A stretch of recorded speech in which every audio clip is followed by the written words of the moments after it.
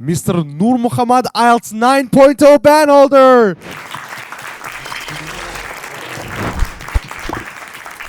So guys, this is Mr. Nurmuhammad. He is the first teacher at Internation to have gotten an overall band score of 9.0 for IELTS.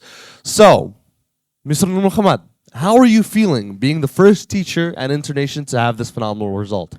Well, I guess now I can say that I'm on cloud nine. Yeah. Oh, wonderful. Makes sense. Cloud nine. I'm the happiest in my family, or at least at Internation right now, because I'm still feeling the vibe. Like, and sort of, I still can't believe that this is real. What happened, everything, like over the last three days happened is real. Like, it's hard to believe, Yeah. That's wonderful. And now, you really have to give us the details. How did I just want to know from the very beginning, how did your IELTS journey start? What did you do to get to this point where you have a 9.0 and that's your overall score? Yeah. Okay. Well, I guess everything started back in 2012. I was in the 9th grade, just like most of you guys. Like, I think most of you are in the 9th grade. Can you raise your hands if you're in the 9th grade? Yeah, I was in the 9th grade. And before that, I had never attended any English classes. Like, yes, we had like ordinary English classes at school, but I didn't used to enjoy them. And my father recommended me to join extra classes at school offered. And everything started there. Like, and I wasn't really preparing for IELTS, or I wasn't really preparing for, general English. I was basically preparing for university entrance examinations. Like, we're mainly focusing on grammar, how to deal with tests, and that's it. And jumping to my IELTS, story, I took my first IELTS back in 2016, and it was 7.5. like with 8 in listening and 3 7s for reading, writing, and speaking. I was really fortunate to get 7 in my first attempt. And so far, I've taken the test 11 times. 11 times? Yeah. Wow. And finally, I got this dream score, band 9. That's wonderful. Yeah. That's wonderful. Now, when you were taking your exams, on average, throughout the 11 times that you took it, what was the average score, give or take? The average score, I Before you would got say, 9. 8.5, because 8.5. I scored, I guess, 6 times, 8.5, 6 times so far. So I would say it's 8. I have 2 7.5s, 2 8s, and 6 8.5s, and 1 9. That's wonderful. All right. And throughout, every single time that you were taking the test and that you don't really see a difference, did that kind of, pique your motivation, or did it decline when you didn't see any results? If you keep on taking it 5th, 6th time, getting 8.5, were you fed up? Yeah, it's really easy to lose motivation and to feel down, especially after repeating your score. Like when I scored 7.5 for the first time, again, I was the happiest person in the world. But after 2 years, after 2 extra years of preparing, plus teaching and gaining a lot of experience, and scoring 7.5 again was like a shock for me. Like, I couldn't believe my eyes, and the first thing that came to my mind was to appeal for EOR. And I had to wait for EOR for, you won't believe me if I say this, I waited for it for 3 months. After 3 months, yeah, I don't know why. Like, after 3 months, I got the letter and nothing changed. And that was the hardest time for me to overcome. I was thinking about giving up and stopping even teaching and doing something else. Sometimes it gets really emotional and it hits hard. Yeah. That's why it's really important to be, mentally stable and emotionally prepared for the whole journey. Understandable, yeah. Of course. Yeah. But now, after you getting the 9.0, has your motivation changed drastically? Have there been just any changes in your plans, just overall? Well, I think it's a bit difficult to answer this question because I'm kind of joking with myself, saying that over the last 3 or 4 days, I'm in an empty mode. Like, I'm not planning anything. I'm not thinking about anything. I'm just relaxing. Yeah, it must be exhausting. Yeah. Sure. Yeah. Like, it was a long journey. So I decided to have some, break for 10 days or 7 days. I'm not really sure. But of course, I am planning to set a new goal, and get set off. a That's new amazing journey. Yeah. because we're expecting the first student with a 9.0 Sure, from you, right? sure. Do we have any of your own students here? Anybody? Sure, from yeah. your own class? Here's this guy. Oh, and those one. guys. Oh, They're two, actually three. my Oh, IELTS students. wonderful. So you two, right? Two 9.0s back to back, right? Yeah, hopefully. And I have Yeah. some beginner students too. Oh, that's wonderful. Now, let's, set aside IELTS. You were trying to get that 9.0 from the very start, right? Or was your goal to get, I don't know, 7.5? That would be enough. Well, to be honest, it was 8. It was 8. Yeah. That was the main. That was the pinnacle. Sure. Okay. I kind of used to think that like scoring 8 would drastically change my life, and that would be more than enough, and I'm gonna be done with everything once I score 8. But things change. You get that 8, then you're like, okay, all right, maybe Yeah. 8.5. It's a gambler's addiction, and then Yeah. after you get that 8.5, you're like, I need that another hit. I need Sure. I need that 9, right? I always think about this 5-minute rule. No matter how, let's say, high your ambitions are, once you realize them, like you enjoy them for 5 minutes, and then you start to think about the next shot. You need Yeah. the next shot. It's Yeah. exactly right. I mean, to some degree, you can compare IELTS to gambling. No, I'm just kidding, guys. Come on. But it's that's wonderful that we have an extremely motivated, highly a person with high aspirations to be teaching here. And I'm sure that after you get this 9.0, your perspective has changed towards teaching. Yeah. Has that in any way? Could you tell us a little bit about that? Well, yeah, it actually did. The first thing I really realized was my confidence levels. Like it really boosted my confidence. Like the first teaching experience I encountered after scoring 9 was IELTS practicum at Oibek branch, and like I kind of felt a wholly different person in myself. Like I was wild. I was using slangs. Like before that, I was a little bit hesitant to use slangs in these kinds of events, thinking that I may sound a little bit informal. But in that event, I can say I really went wild and I really enjoyed. Students were really interested, showed a lot of curiosity and enthusiasm, and yeah, the same thing happened in the classroom experience too.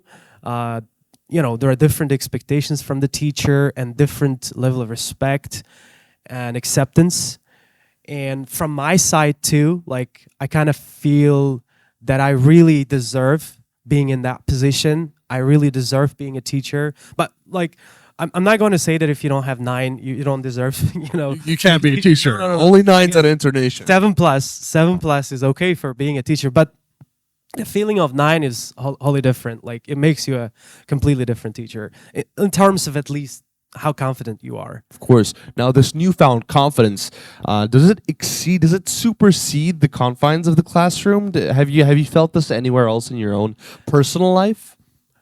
I think no, because I always try to stay humble no matter like what I achieve. Like I don't want people to misunderstand me. I don't want to hurt others. Like I don't want my friends to say, "Oh, this guy has changed after scoring 9." I think it's ugly. So I try to stay even more humble, compared to the past. I mean, that's a wonderful trait, Yeah. honestly, right? Now, back to the IELTS part. Out of all the 4 sections, right, listening, reading, writing, and speaking, which one was by far the most challenging one for you? I guess without any hesitation, I would say speaking. Speaking. Yeah. Well, you have wonderful speaking. Yeah, How I come? know. Elaborate. Yeah, the problem is, I guess it's my assumption, when you surpass this band 8 threshold, like it really depends on the examiner. The way the examiner sees you. Some examiners see 9 in you and they give you 9. For example, I scored 9 twice with the same examiner back to back. Like I got really confident, like thinking that I'm going to score 9 again. But in the next exam, they gave me 8, and I applied for EOR, and they didn't change my score. And then I retook my speaking, and they gave me 8 again. And then I applied for EOR, and then they changed it. And I came to understand that it's not always about you, or it's not always about how well you speak. especially at very high levels, it's about the examiners. So the element of luck is essential. So I wouldn't say speaking is difficult. I would say it's the trickiest one, right? You can't be confident. You can't confidently expect something. It really depends on the examiner. That's understandable. And I'm assuming that now you've already taken the IELTS some 10, 11 times. You should be pretty familiar with the examiners. Which one would you say are the more lenient ones, and which ones would you say are the more tricky, more difficult ones to work with? All right. I don't think it's okay to mention their names, but yeah, like the guy who gave me 9 back to back, like, is the best one for me, because like he was actually the first who gave me 8 in my whole IELTS journey, and he has been the first to give me 9, and he has been the first to give me 2 9s. Yeah, and there's another really popular IELTS examiner. He's the trickiest one. But I'm really sorry. I'm not gonna mention their names or their organizations. I don't think it's. But does that particular person happen to be of a rather elderly descent?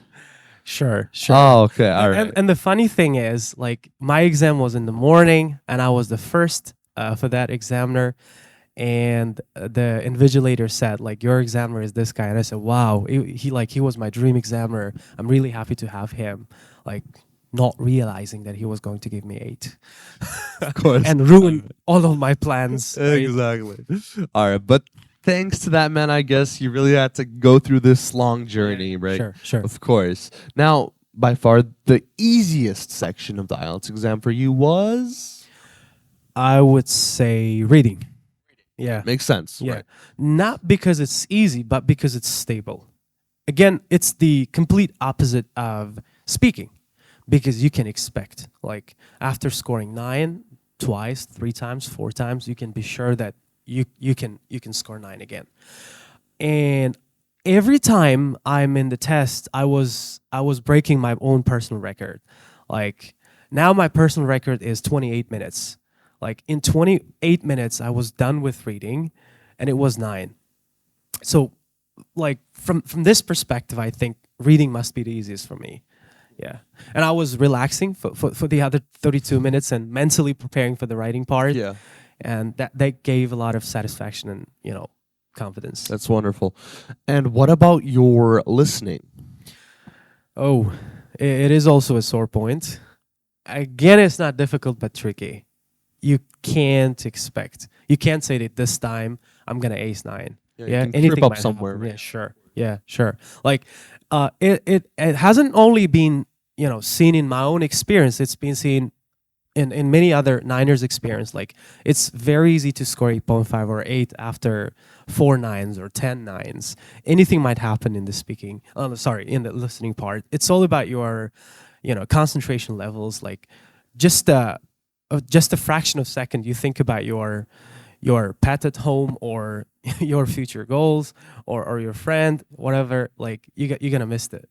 You're gonna miss it. There's gonna be that one word. There's gonna be sure. one particular word. Understandable. And now let's talk about your writing. You have a very phenomenal score, 8.5 from writing. Wow, that's really great. Now, how did you get to that point? Well, I guess luck in the past, because I was lucky to score 7 in my first attempt, and it gave me a lot of confidence, and I kept I was mainly focusing on my writing. After scoring 7, the second time I got 6.5, and it demotivated me, and it gave me even more drive to work on writing further.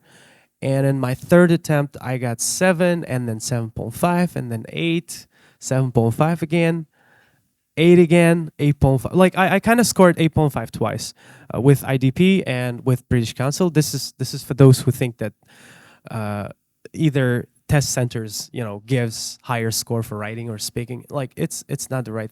It's not true, I guess. Like, you can score any score with any organization you want. It depends on your performance.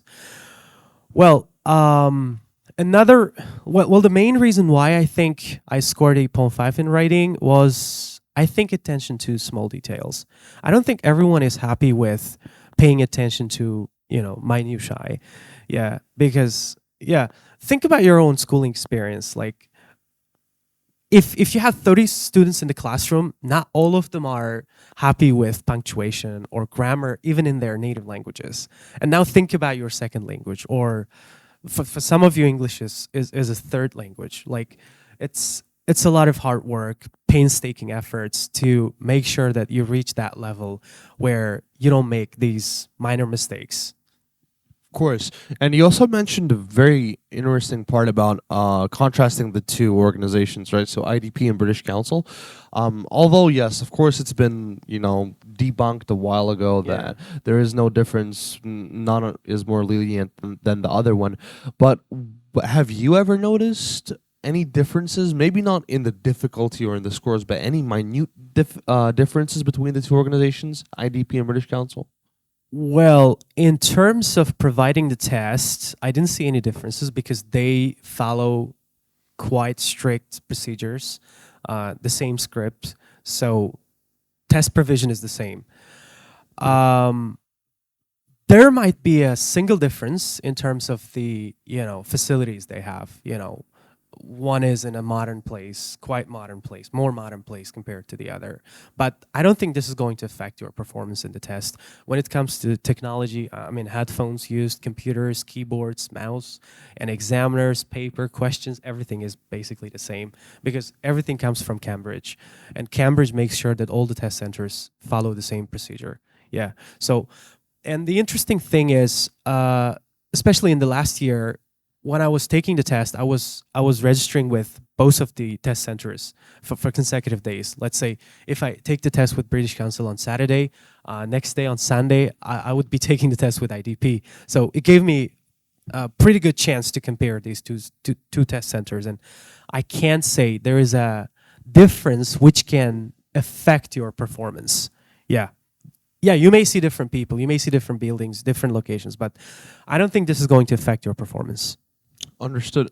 Now, one more question. Now, this one may be a little challenging to answer, but if you, had to take the IELTS one last time, right? This is your final time to get, let's say hypothetically, IELTS had a 9.5. Yeah. Which test center would you go to? Would you go to IDP or would you go to British Council? I would go to IDP because I've already scored 9 with British Council, and I think it would be even more beautiful to have this 9 with IDP too, and to show that both test centers are of course fine. Of course.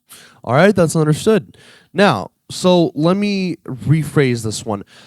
IELTS, you got 9 from listening, guys. All right, let's listen. 9 from listening, 9 from reading, 8.5 from writing, and 8.5 from speaking, but the speaking part was challenging, right? Sure. So you said the first time you got 8 initially, then you went for an ER, and then they declined it, so nothing changed, and then you had to retake it, but then nothing changed as well, and then ER, and then retake, and then it changed to 8.5. All right.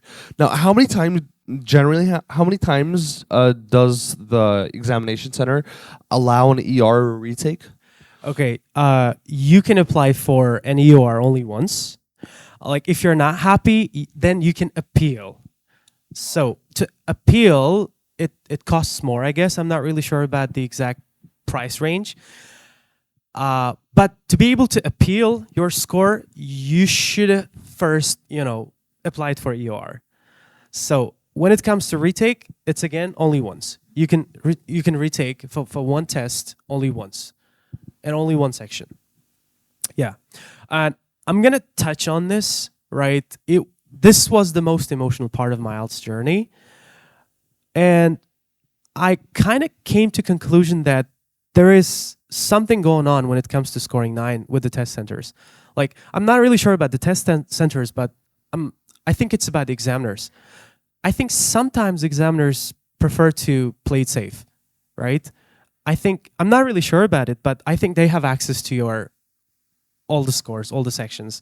And they see that, like, if they're going to give you 8.5, you're going to get 9. And this might be, again, I'm not really sure. This might be problematic for them. So they just prefer to give you 8 and keep you at 8.5 level, of course, to get rid of this responsibility. Yeah. Yeah. This way of thinking was the reason why I applied for EOR twice, because when you apply for EOR, like when you are confident about your own performance, when your teacher is confident about your performance, apply for EOR, because when you apply for EOR, like your case will be, you know, will be analyzed by a senior examiner from the British Council. Like, you know, senior examiner means more experienced, like she or he will have more expertise in the field, and there's a very high likelihood that your score will change. Actually, for this 9, I applied for EOR twice, and in both cases I won. Because in my first EOR, they changed my writing from 8 to 8.5. But they didn't change speaking. Like, I don't know, maybe that was too much. And the second time I applied my speaking, and they changed my speaking too, because I was really confident. Like, I think this is a very important thing to consider, because I'm not saying that you're not going to score your dream score and you're going to appeal for EOR, but in case, you know, if this happens, do it if you're sure. Like, some people might say, instead of applying for EOR, add some money on it and take the test again. No. If you're sure, do it. I guess you got the point. Yeah, of course, understood. And now let's talk a little bit about the playing it safe part. So I know, and myself included, so many people who have gotten an 8.5 and they were 0.5 points away from the 9, right? Yeah. So in my case, it was just the writing section that wasn't enough. If I would have gotten an 8, that would have been a 9 overall, right? Sure. But then again, I was like 15 or 16 when I was taking the exam. So I didn't know that, like, you know, I could like appeal or something. I was like, oh, I guess not my day, not my fortune, right? And then so many other people after me. What do you mean? What do you think about the examiners playing it safe, right? How do you think that works? Again, let me play it safe. Yeah, I have to say that it's only my assumption, right? I haven't fact checked it, like, but sometimes it's okay to share your assumptions, right? I think if you give someone a 9, if you give someone a perfect 9, it gives a lot of, you know, responsibility, and there is something in the exam world called double marking, right? Like if you give someone a 9, another examiner might, you know, check your student performance, and if there is a huge gap, if there is a huge difference between your assessment and another examiner's assessment, this is going to be a trouble for you. You're going to make trouble for yourself. So that's why I kind of thought that examiners might be playing it safe. So decided to appeal for EOR, because I believe that senior examiners are more confident. That they're more sure about what they're doing. So I was only hoping for good. I was trusting senior examiners.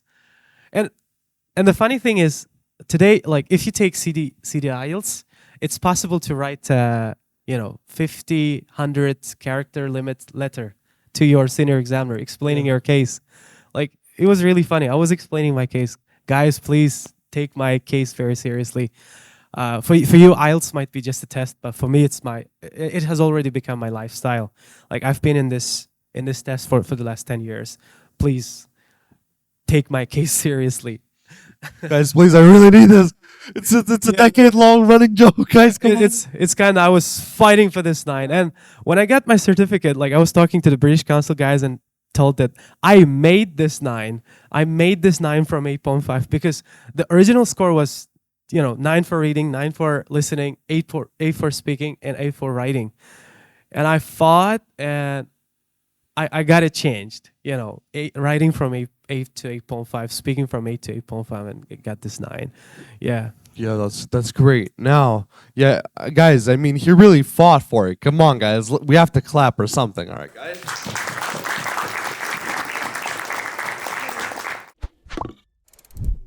We went through the challenges. We went through, you know, what you had to do and so on and so forth. But what about yourself? What do you think? Are you ever going to take like a different examination, such as TOEFL or anything else? Do you see the point in it? All right. This exam thing really made me tired. Yeah. Yeah, not because of the hard work, but because of the, you know, subjective assessment. like as I said, especially when it comes to high levels, like it becomes really subjective. I guess from 5.5 to 7.5, let's say up to 8, it is more objective compared to 8.5 and 9. Like it got me really tired to expect other people to, assess my knowledge objectively or to my favor, to my advantage. So I think it's not a very good idea to get into test sphere again. I think I'm done with IELTS, right? Yeah. I don't see myself in any other tests. Like for my future, I'm planning to improve as a teacher more. Like, yeah, if you're done with learning the language, now it's time to teach. But remember, guys, scoring 9 in IELTS doesn't mean that you're a good teacher, right?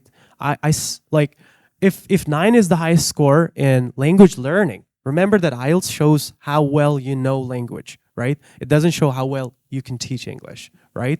Like, if I think I'm a band 9 holder in language learning, I would say I'm a band 6.5 or 7 or maximum 7.5 in teaching. There's a lot we can do in teaching.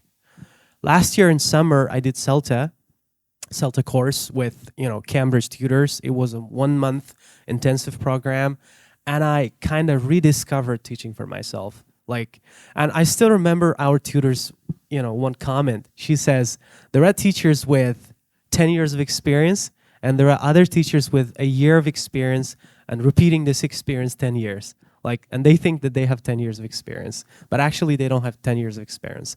When she was explaining this, I kind of saw myself, right? After this course, everything changed. My classroom experience, classroom management, the way I plan, the way I prepare for the lessons really changed. So my next shot is Delta. Yeah, after CELTA, we have Delta. All right, makes sense. Yeah. Okay. CELTA is just 1 paper, 1 month, and Delta is 3 papers. It makes you even more professional in the classroom, right? And I guess it's much more beneficial for me as a teacher compared to TOEFL or PTE. Like, there are lots of other tests, out there offered. So yeah. Back to the part about DELTA, right? Yeah. Delta. Delta. Could you tell us a little bit about Delta and how it's going to improve you as a teacher, or what are the possible, palpable, things that may come with you getting Delta, and how does Delta work? Because I've never heard about right. Delta. I'm All interested. Right. Let's first of all talk about CELTA, right? Before CELTA, I was a teacher. Like, I was just a giver. Like, giver means you just speak, you just talk, you just show, you just give information. Sort of, you don't really care about how students learn. You don't really care about if they're learning or not, if they're able to understand or not. After CELTA, we've like, during the CELTA course, we've learned a lot of things about how student learning works and how to make sure that every student is involved, how to make sure that the pace of your teaching matches the pace of students' learning, and how to make sure that you reach your goals in the classroom. CELTA is just a certificate program. It's a teaching certificate. Delta is the next step. It's a diploma program. Like, CELTA focuses more on the classroom practice, and Delta is more about theory. Like, I mean, in Delta course, you learn even more about the details of everything involved in the classroom, everything involved in teaching. I'm sure that it can make me even a better teacher. Of course, that's understood as well. What about your future? Let's talk about not the next few months, but let's talk about a decade ahead. Are there any plans to ever, move out abroad? Maybe you and your family take them somewhere to Europe, to America. Just start anew somewhere. Are there any plans? All right. I have always thought about visiting other countries, but not relocating, and not about relocating, about visiting there as a tourist, right? Not to do the manual work, blue collar jobs or pink collar jobs, with my honor as a tourist. They treat tourists differently than compared to immigrants. Yeah. And I always think about this. You should be somewhere where you are valued, right? A lot of my friends say that, wow, you scored 9 and now You go to America or you go to UK, and I say, come on, just think. Like, okay, I know English at a band 9, but every John or Jack in the UK or in the USA knows English at a band 9 level. Do you think they're going to be impressed in the UK or in the USA? No. Do you think you're going to be able to teach their kids? No. Like, native speakers are much better than us, like in this respect, right? I think we're more valued in a country where language teachers are needed or high-level language teachers are needed. Yes, I have a lot of plans to travel around the world, but as a traveler, as a tourist. No, not as like I don't have any plans to settle in other countries. That's wonderful. And, talking about traveling, let's go for like, a quick question. In the top 5, country X, Y, Z, and so on and so forth, which 5 countries would you need English the most in? Okay, so this is the first one. And then the second part is which 5 countries would you probably need English the least in? All right. All right. Okay. Of course, to your first question, my answer would be English-speaking countries. Let's go. Like, 5. the UK, the USA, Canada, Australia, and New Zealand, let's say. New Zealand. All right, Yeah. Of course. Because people speak English there. Yeah. Yeah. The first language is English there. Yeah. And let's think about the other top 5 countries where you're not going to need English as much as you do in the English-speaking Yeah, countries. when you're traveling as a tourist. Yeah, let's right? go for China, China, okay. Turkey, Turkey. where else? Spain, Italy, Germany. Yeah. Germany. You can do there with their own languages or with other languages or Russia. Let's say you can do with Russian. Most of you know Russian, right? Yeah. All right, that's understood. That's wonderful. So now that we know the top 5 places where you need English and top 5 places where you don't need English, guys, now you guys know where to travel this summer. All right, guys? Why he changes his branch? Oh, okay, all right. Why did you change your branch? I'm staying at Unisabat branch. I haven't changed my branch yet. So maybe in the future, yes. Because I think I would be able to help all the internation team if I'm at the main branch. I may be involved in other projects, like in the academic department, or I may be more involved in the events, because here we have more opportunities to hold bigger events, and I may be more valuable.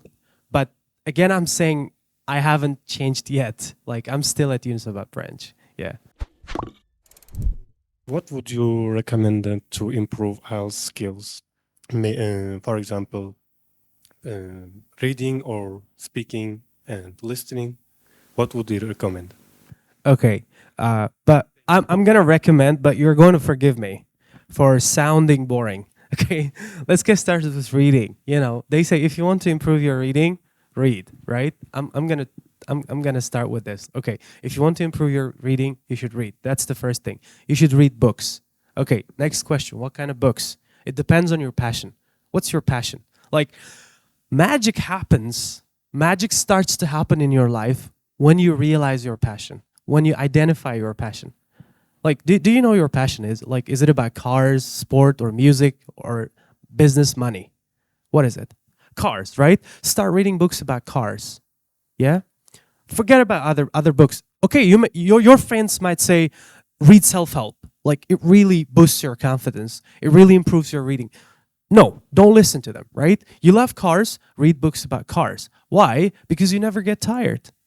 Nobody has to push you, right? Every day, open your book, read it 10, like they say every day you need to read 20 pages. I don't care about it, right? Like, if you really love cars, you're going to read 50 pages a day, 60 pages a day. Nobody can stop you because you love it, right?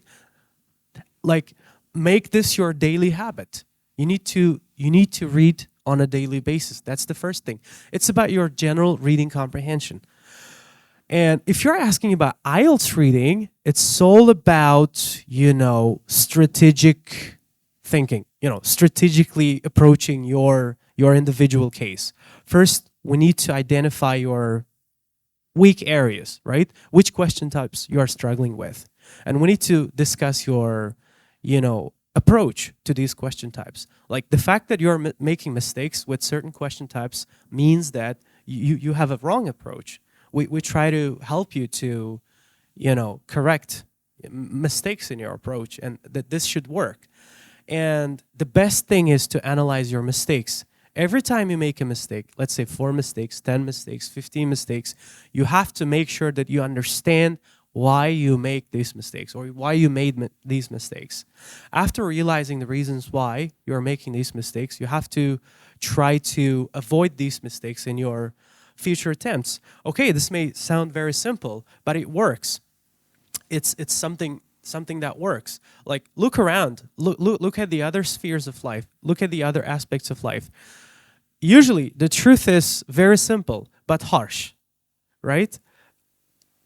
Only the ones who can, accept the truth, even if it's harsh, and ignore the lies, even if they're sweet, are the ones who succeed, right? They're okay with this. They're okay with this boring stuff. They're okay with this tiring stuff. That's the point. Hello. Hello. Can the artificial intelligence replace the examinators? Wow. Yeah, that's the best ever. That's the best question ever. I'm not really sure if I'm qualified to answer this question, but I will try again. Well, I think it can. I think it will. But I'm not happy about it. Because we're going to miss human examiners, even if how much we love them today, right? Some of them. Because, speaking is about, like, if you're asking about speaking is about communication. Not only, communication is not only verbal, right? You use your body language, use your facial expressions, you change your tone, right? I think communication works best, when you're talking to a human being. And I'm not really sure artificial intelligence or robots can emulate all of the human features when it comes to communicating with you. Yeah, I think it will, but it's not going to be a really positive change. When did you start learning English? Back in 2012, I was in the 9th grade and I was about to graduate. As a kid, I had 2 fears. I was afraid to learn English and I was afraid to swim. Right? I was kind of thinking that I would never learn English and I would never learn how to swim. But I did both of them. I mean, yeah, this may be out of your question, but I just wanted to add this, right? I mean, it's never late and never say never. I mean, I think compared to most of you guys, I started later, like at the age of 16. Now guys are scoring 9, 8.5 at the age of 16. But still, you can start anytime. Yeah, like the best time to start learning English, I think, is the time when you realize this need, when you show willingness yourself, not because someone forces you. Yeah. I have a question. And how many times did you pass the IELTS exam? 10 times full test, 11 times with the retake. Yeah, I did it 11 times. Yeah. Thank you. Thank you. Thank you for the question. Practice your speaking with a partner or just yourself? Well, I have never had a partner, speaking partner. I don't know why. Because of my personality. I was mainly alone. I was mainly with myself. And I have developed this habit. If you look at me, I'm always talking to myself. My students think like it may look strange from the outside, but I'm always talking to myself. Anything happens around me, I'm discussing it with myself as if there was someone, next to me, like an invisible friend. But the things changed after marriage. I chose a girl who knows English, who's speaking, like her speaking was 8.5. And I had a lot of ambitions. Like I was thinking that after marriage, after our wedding, we'd be talking all day long in English and practice our speech. But you know what? I our expectations don't always come true in reality. Like, we rarely speak English at home. I don't know why, because both of us are tired at work speaking English, and we just want to use our own first language in the conversations. But especially before the main exam days, she helps me to practice my speech. She acts like an examiner and act like a candidate, and she gives good feedback. She's quite good at this. Like, yeah. These days, if you're asking about these days, my wife is my speaking partner. Yeah. And what if you're not married? Even if you have a girlfriend, what if your girlfriend doesn't speak English? All right. There's one thing you can do. You can start a channel on Telegram for yourself. No followers, no subscribers, or you're just a couple of your friends. And you start a challenge for yourself. Like, every day I do one full speaking test, right? You post the questions first, and you post your answers in an audio format, or if you like, in a video format. It really works. Actually, the thing that really helped me to score 9 was my challenge. I did a challenge for 28 days. For 28 days nonstop, I posted in my little channel. I don't have a lot of subscribers there. It's for me and for my friends. I posted one writing task, one answer, one writing task, two answer, and one full speaking test for 28 days. And after that, I got 9, and it really helped. Yes, it's not as natural as human-to-human communication, but at least it's better than nothing. Yeah. Thank you for advice. Thank you so much. Hi, teacher. Hello. Which countries would you travel and why? Okay. The number one in my list is the UK, because I consider the UK to be the birthplace of English. So learning English has changed my life, and I'm really grateful for this. And I think it would be a great idea to touch on the birthplace of this beautiful language. I love British English. I love the way people speak in the UK. And I think it would be a great experience to have a conversation with them, to have a conversation with the natives in the native land. Yeah, I would say that would be the most interesting one. Whenever I think about me traveling, I imagine myself with an umbrella, and it's raining outside. I'm walking on the street right next to Oxford, and there are a couple of people around me, and we're talking about, how to improve education at Oxford. And I'm a PhD or something, I don't know, or a student. Yeah, that's kind of a dream when it comes to visiting other countries. Thank you. Thank you. Hello. Hello. Do you have a plan to learn English? All right. Yeah. I think this is the funniest. Yeah. Yeah. Sure. Yeah. I got 9 in reading. I got 9 in listening. I got 9 in speaking. I haven't scored 9 in writing yet. I think it would be a good idea to score 9 in writing too, because everyone is expecting this, right? And then I think I'll be done with IELTS, with learning English. But again, even if you score 9 in writing, it doesn't mean that you know the language 100%.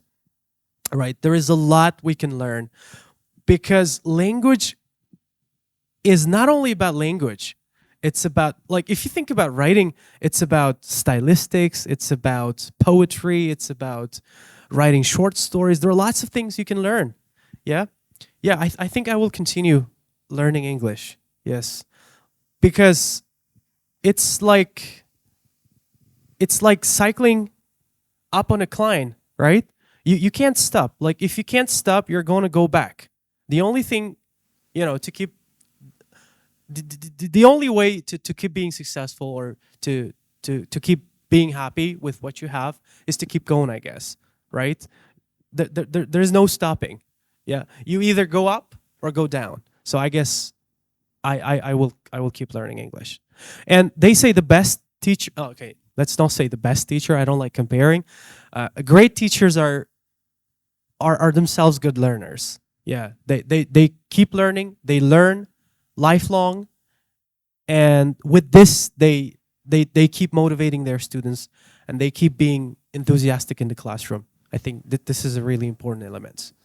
O'quv markazida o'quvchilaringiz bilan qanaqa shug'ullanasiz? Misol uchun ekstra nimadirlar berasizmi yoki faqat o'sha kitobda berilganlar bilan shug'ullanib cheklanasizmi? Should I answer in English or Uzbek? In Uzbek or In English. All right. Yeah. Well, I have been teaching for the last 11 years. Yeah. And I love comparing new teachers with experienced teachers.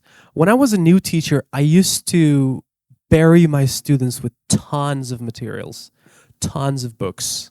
And they were happy with this, thinking that our teacher is teaching a lot of things. But having a lot of materials, having a lot of texts and books doesn't mean that you're learning a lot, right? I love this British Council slogan. They say, the less is better. The less is better. It means analyze a smaller portion of the language, but do it in depth, right? Look at the details, go into the details. In my own classroom, I'm just happy with what I have in the book, right? And I need to make sure that students really understand the target language of the day. Once they're done with it, I put a lot of emphasis on practice. There, like we learned this in CELTA. There are different types of practice. We call them, controlled practice, freer practice, practice for accuracy, practice for fluency. There's a lot we can do with it. Like language learning is not only about consuming a lot of information. Sadly, many teachers and most students think that it's about only consumption of information and books. They think that it's better if you finish the books fast. It's better if you finish 2 books rather than 1 book. But I don't think it's the way it works, right? Like, so I don't usually try to, overwhelm my students with a lot of information. So the book we're working with here at Internation is an official Oxford University Press verified material. So I think it suffices. Yeah. It's enough. Sizda nima motivatsiya bo'lgan? Masalan, shuncha to'xtamasdan o'qiganingizga va boshlang'ich o'quvchilarga nimani maslahat bera olasiz? Okay. In Uzbek, right? Xo'sh, nima motivatsiya bo'lgan? Birinchi topshirganimda o'zi har xil tipdagi odamlar bo'ladi. Men unaqa uzoq muddatga nima qo'ymayman-da, plan qo'ymayman, chunki u hayot ko'rsatib qo'ydi. Siz uzoq muddatga plan qo'yasiz, lekin katta siz kutmagan o'zgarish bo'ladi, planingiz yo'q qoladi, narsa. Shuning uchun juda uzoq muddat plan qilmayman. Masalan, 5 yillik plan, 10 yillik plan deydi-ku. Bu meni tipim, bu meni xohishim. Haqqim bor deb o'ylayman shu narsaga, to'g'rimi? Birinchi marta IELTS topshirganimda shunchaki yaxshi o'qituvchi bo'lish uchun topshirganman. Ya'ni yaxshi o'qituvchi bo'lish uchun va yaxshi o'qituvchiligimni ko'rsatish uchun. Ya'ni faqat yaxshi dars o'tish yetarli emas-da. O'quvchilar bilish kerak, siz haqiqatan inglizcani yaxshi bilasiz. Haqiqatan sizda ularga beradigan nimadir bor. Buni ko'rsatishning yagona usuli o'sha payt IELTS edi. Ana shu. 6,5 olaman deb o'ylar edim, 7 olsam deb orzu qilardim. Bir proyekt boshlasangiz o'zingiz orzu qiladigan level bo'ladi, keyin olish mumkin deb o'ylagan joyingiz bo'ladi, shunaqa bo'ladi. Lekin 7,5 chiqib qoldi, kutilmaganda. Bu katta motivatsiya bo'lgan shu narsa. Ya'ni siz orzu qilganingizdan ham ko'proq narsa chiqib qolgandan keyin o'zingizga ishonch ortib ketadi-da. IELTS o'zi shunaqa tuzilganmi deb o'ylayman-da. Bir kirganingizdan keyin chiqib ketish qiyinroq bo'lib qoladi-da. Ayniqsa siz teaching sferasida bo'lsangiz. Agar boshqa sohaning odami bo'lsangiz, siz qiziqishingiz boshqa, o'sha tortib ketadi. Lekin teachingda bo'lsangiz qiyin. 7,5 oldik, endi qaraysiz, ozroq harakat qilsam 8 olar ekanman deysiz. Harakat qilasiz 8 olasiz. Keyin boyatdik, ana 5 minute rule dedik-ku. 5 minut maza qilasiz, keyin 8,5 olsam bo'lmasmi deysiz. Nima qilib olsam deysiz. Shundoq ham umr o'tadi-ku deysiz. Harakat qilasiz. 8,5 bo'ladi, keyin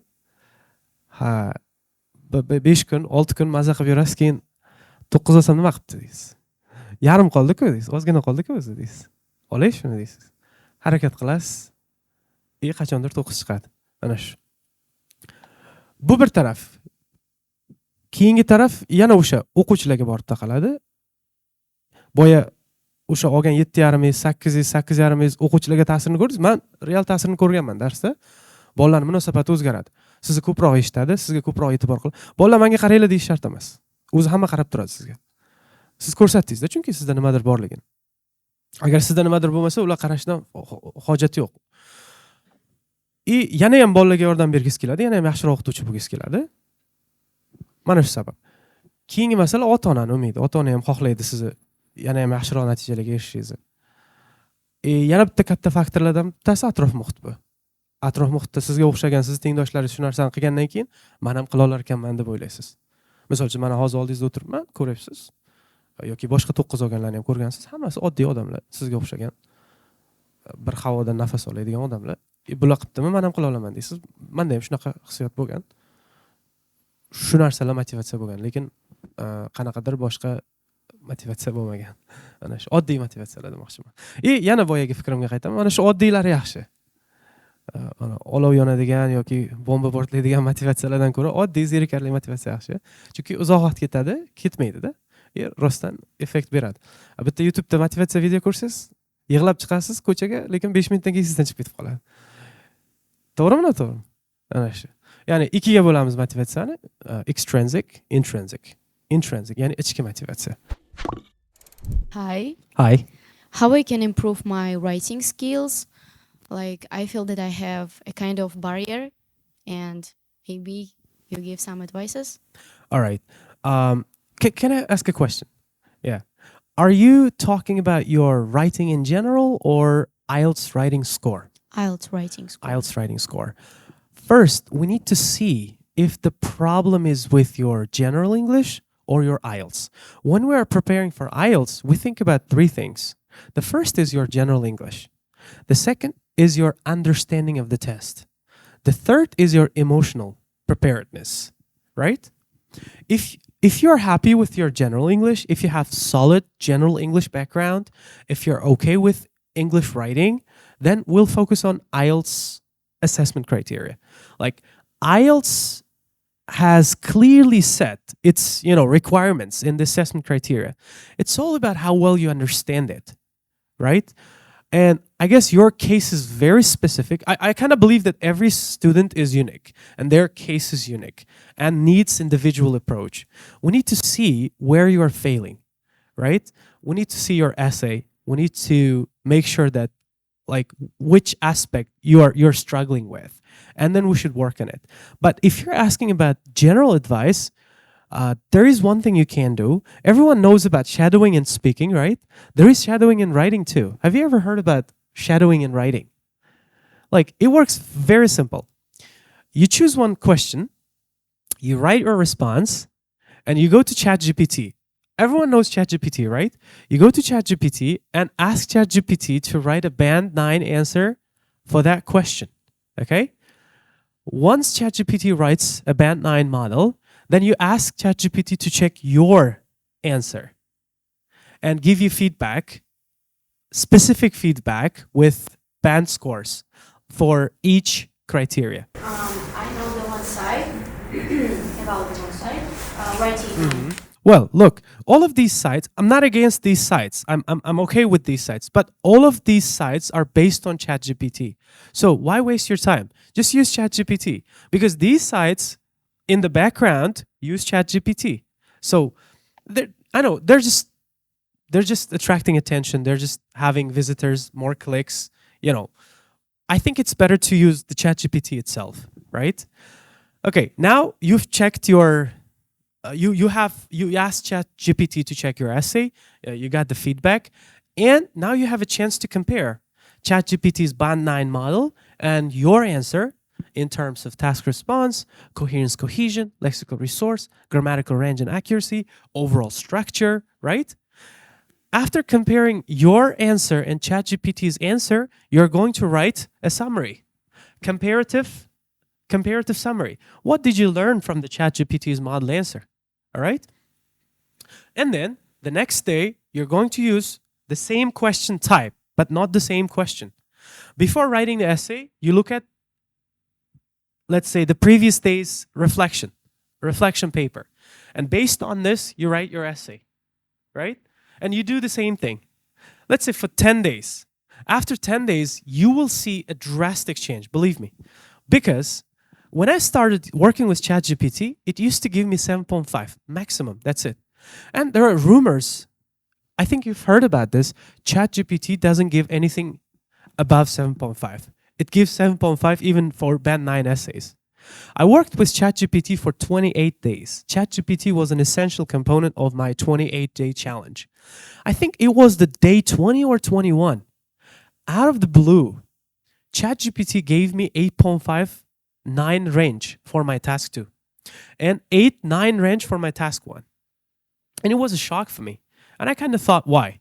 Because for the previous 20 days, I was working with ChatGPT and coping, kind of shadowing ChatGPT, right? And it really worked. And there was one more element. I also added ex-examiner essays too, to keep this human touch in my essays. Because like if human band 9 essay is here, ChatGPT band 9 essay is here, So like I didn't want to sound very robotic or artificial. So I tried to keep the balance between, artificial intelligence side and human side. So it's also a good idea to use examiner essays too. And then you're comparing not 2 essays, but 3 essays. ChatGPT's band 9 model, examiner's band 9 model, and your model, your sample answer, right? And it really works. But if you need specific feedback, we need to check your essay, right? And like to show my gratitude for your visit to this event, I'm going to give you one opportunity. I'm going to check anyone's only one task 1 and task 2 essay. Anytime, I'm available. But remember, for one task 1 and one task 2, all right? You can reach me. You can find me at Yunusobad branch, and I will help you. Before we conclude, of course, we're going to have to come back and talk about the very cherry on top of your score. It's the car that Internation has gifted. Tell us all about it. What kind of car is it? Do you like it? What are your feelings about it? What are you going to do with the car? So on and so forth. Yeah, first, I have to say that this offer really changed my motivation levels. It boosted my motivation further. Like, yes, even before the car I was trying for 9, but when Internation said that, like, authorities said that they would give a car to a teacher who scores 9, wow, I said, why not? Like, I started to try even harder. From the very moment I heard about this car thing, I started to imagine the moment when I get the car and give this to my father. It was my plan from the very first, and it really helped. And I always think about this, like there was this meaning why I hadn't scored 9, like way before. Maybe it was my fate to get this car at Internation and give it to my father.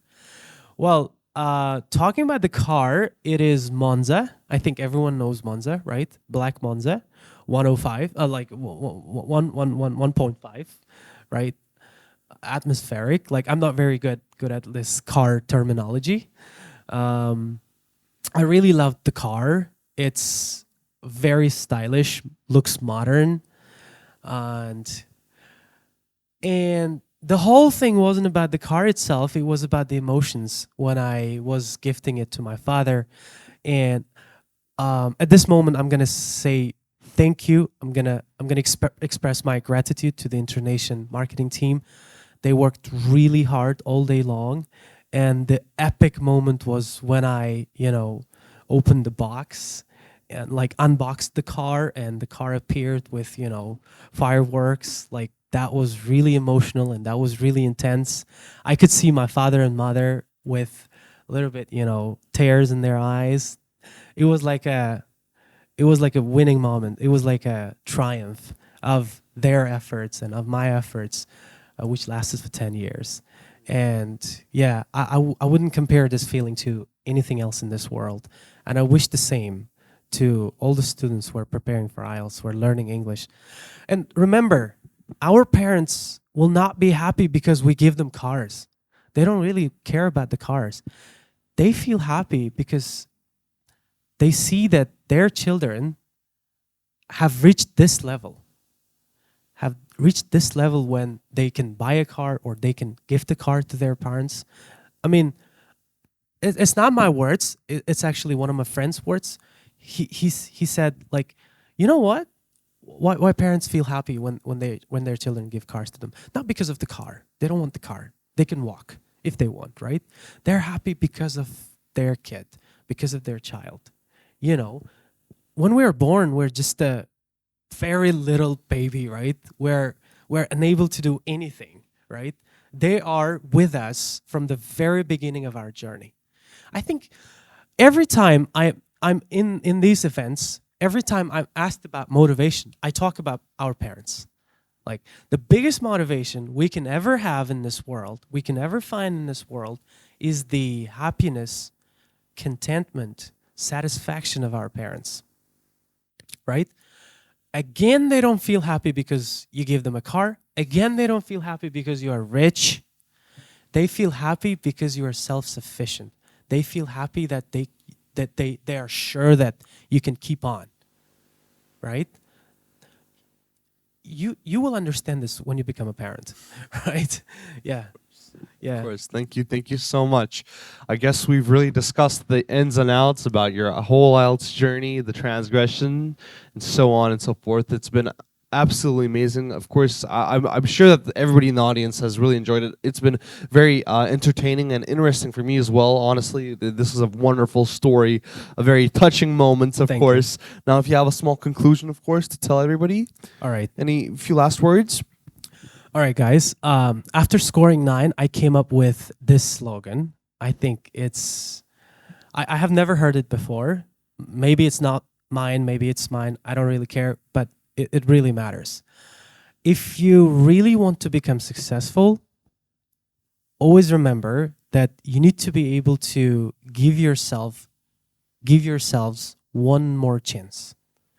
Anytime you feel down, anytime you feel demotivated, anytime you feel like giving up, give yourselves one more chance.